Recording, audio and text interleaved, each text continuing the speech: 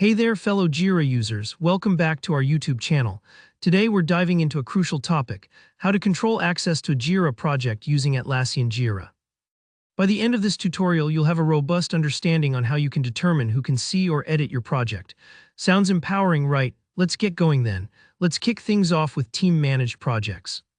Now, team-managed projects are great for independent teams who want complete control of their workflows. But with that power also comes the responsibility to manage who has access to your project. First step, you'll want to navigate to project settings. You're going to find that option hidden away cozily in the sidebar. It might take a moment to locate, especially if you're new to Jira, but don't worry, you're doing just fine. Next up, you'll want to select Access. This is where you decide who gets the keys to your project kingdom. Change the access to private or another level as suits your needs. Remember, this isn't a step to rush or take lightly. You're deciding who gets to see and edit your project, after all. It's kind of like deciding who gets backstage passes to your concert, right? Once you've decided on your project's visibility, it's time to add the band members, or in other words, click on Change or Add People.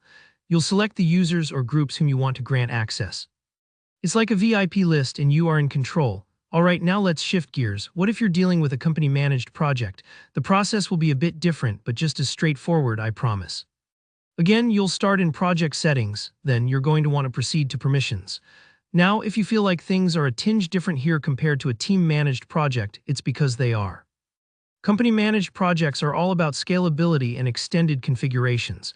If you want to use a different permission scheme, no worries. Just select Actions and then use a different scheme.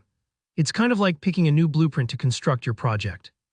Next, you associate your project with the permission scheme you've decided is perfect for your needs. Once you're sorted with that, we move to the next phase, add people or manage roles. Here again, you're assigning team members or groups to specific roles, like administrators, developers, or viewers. Think of it like organizing your employees in different departments within your company. Now, if you want even more granular control, you have it. You can customize roles and permissions within the permission scheme itself. Like any good orchestra conductor, you're parsing out specific tasks to different sections, and Jira makes it easy. There you have it. Hopefully, you're now feeling more confident in your ability to control access to your Jira project. Remember, it's all about managing who gets what access, all with an aim to ensure smooth and efficient running of your projects. If you found this helpful or have any questions, drop a comment below. Don't forget to give this video a thumbs up and subscribe to our channel for more great tutorials like this one. Till next time, keep making the most of Jira.